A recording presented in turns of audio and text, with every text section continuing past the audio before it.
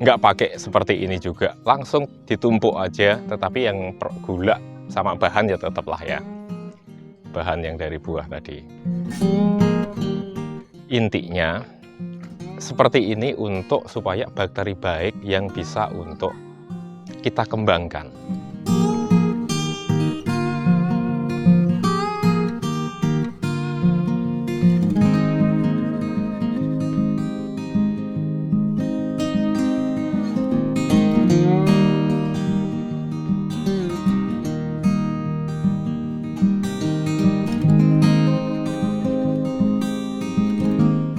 Halo Sekolawer, ketemu lagi dengan Joe dari Joe Farm.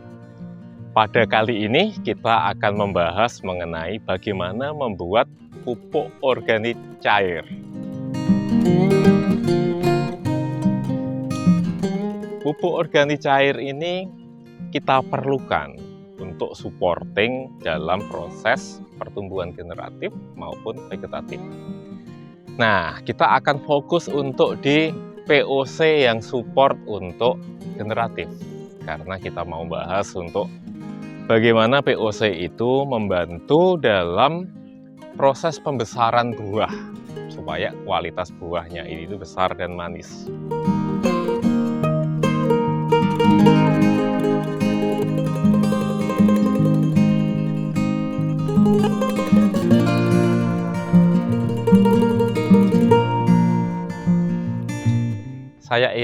Saya refresh sedikit lagi mengenai kenapa kok kita itu perlu POC, padahal kita kan sudah memberikan pupuk pabrik seperti NPK, KCL, ada TSP, pupuk mikro pabrikan, tapi kita tetap support dengan pupuk organik cair.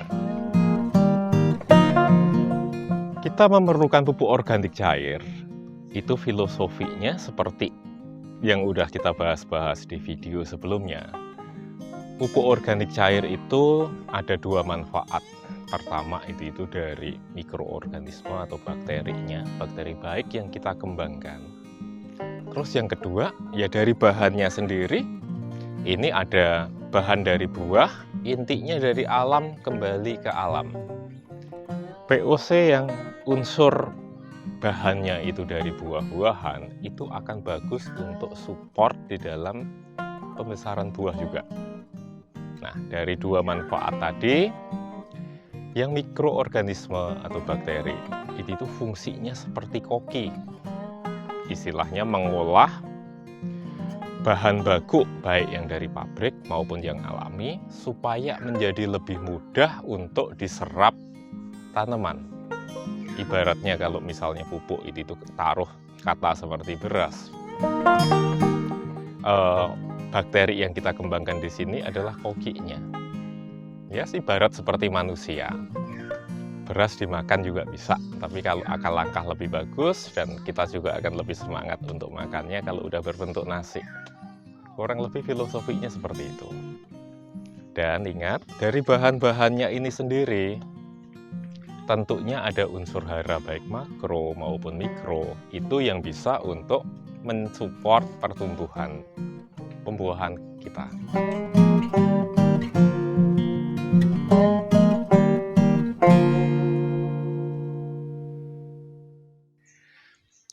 Di kebun kami, dengan disupport oleh pupuk organik cair ini, fungsinya membantu untuk pupuk terserap, tentunya buah akan menjadi lebih besar. Warna akan lebih hijau, agak semu kemerahan, bukan pink. Terus size besarnya itu juga lebih besar ketika kita melakukan treatment menggunakan pupuk organik cair. Nah, untuk pupuk organik cair sendiri, bahannya itu apa aja sih? Kalau menurut saya, yang namanya bahan untuk kebun, usahakan dari bahan-bahan yang ada di sekeliling kita. Tentunya kalau dalam hal ini, bahan bakunya saya kebanyakan dari jambu yang penjarangan buah. Saya kumpulin dalam tong seperti ini tong 150-an liter teman-teman. Unsur yang di atas ini jambu sortiran. Terus, kalau Misalnya teman-teman, oh di rumah saya itu tidak ada ya buah busuk. Nggak usah khawatir, coba jalan sebentar keluar rumah.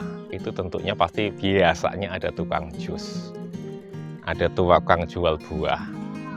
Nggak usah buahnya yang dijadiin kayak gini teman-teman.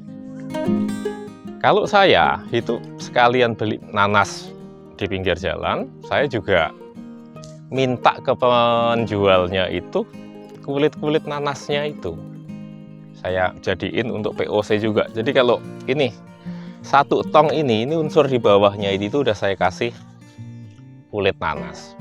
Intinya bahan itu yang ada di sekeliling kita saja, usahakan gratis.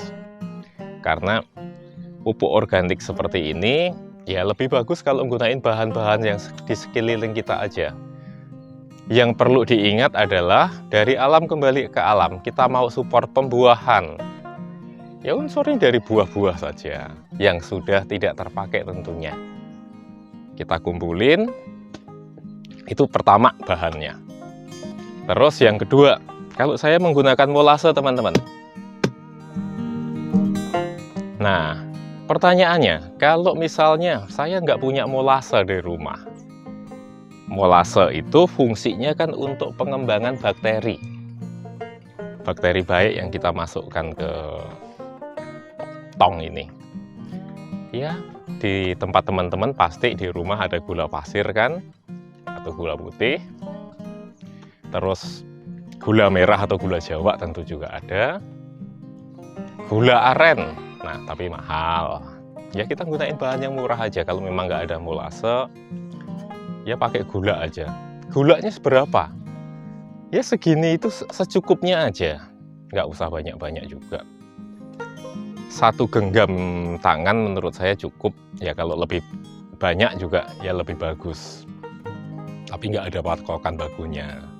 Dan saya kasih nut sedikit. Unsur buah itu kan pasti ada rasa manisnya. Artinya kalau bahan baku POC-nya dari buah, Pak, kalau saya tidak mau tambahin gula, itu seperti apa? Atau molase? Ya nggak apa-apa.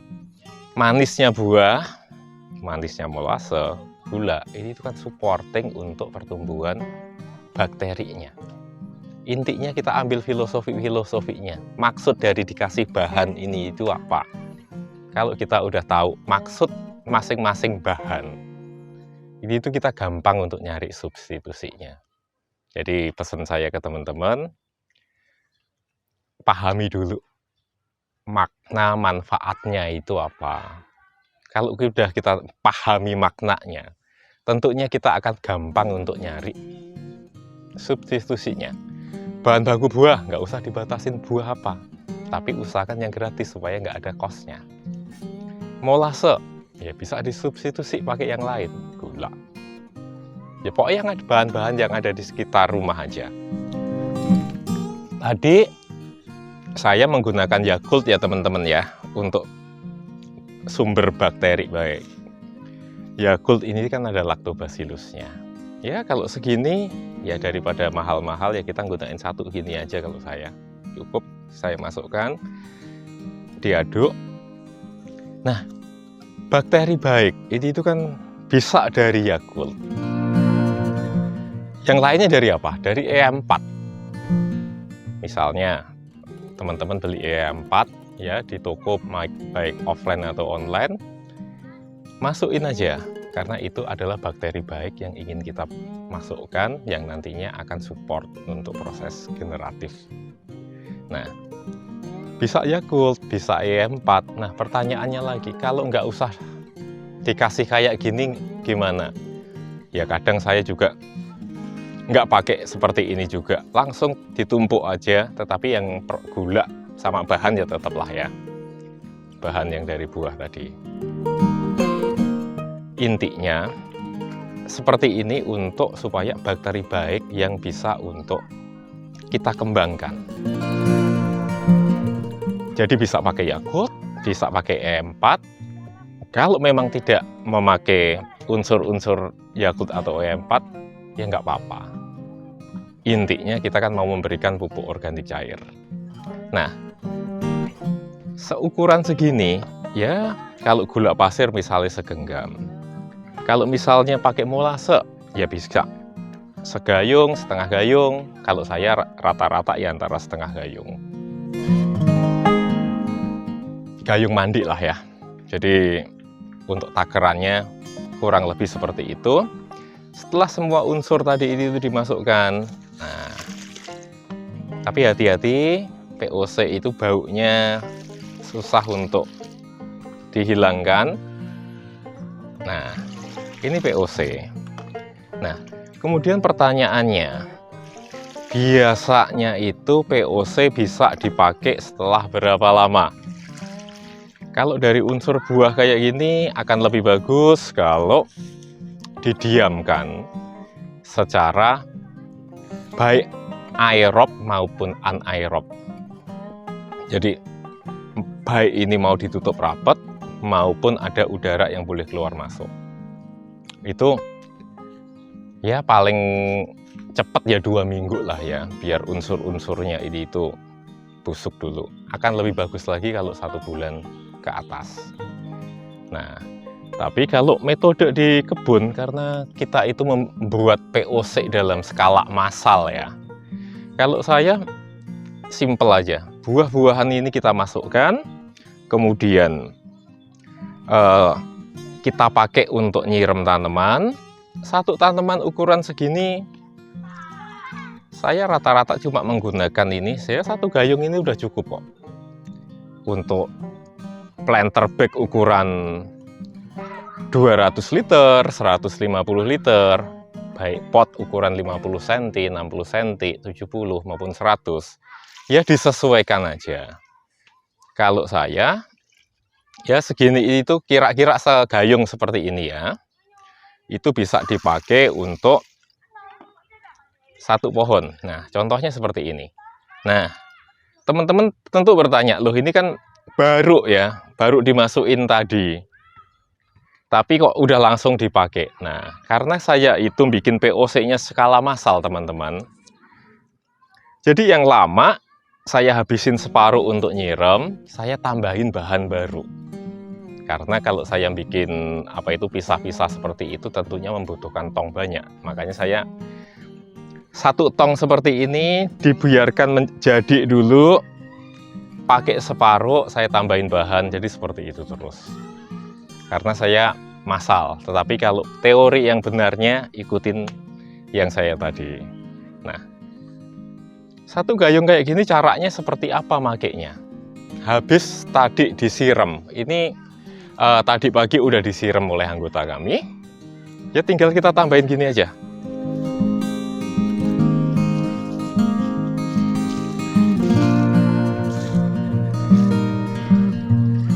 Nah, 1 gayung cukup untuk 1 tanaman.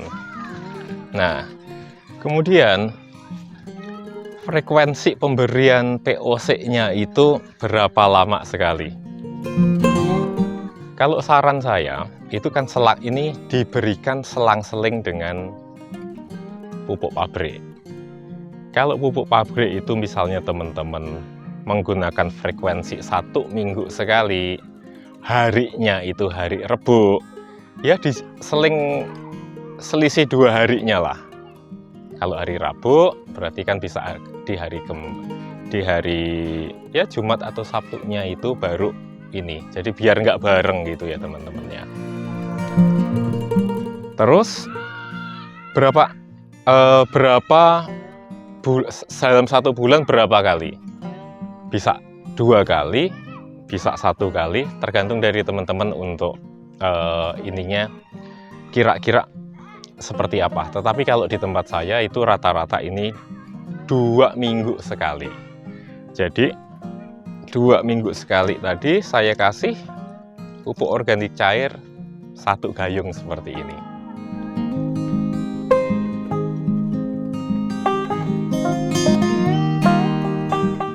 Hitskolovers, demikian tadi sharing kami mengenai bagaimana cara pembuatan pupuk organik cair untuk supporting pembuahan, bahan-bahan yang diperlukan, waktu untuk pembuatannya, aplikasi penggunaannya, Dan hasil yang diharapkan akan bisa menjadi buah yang besar sama buahnya manis.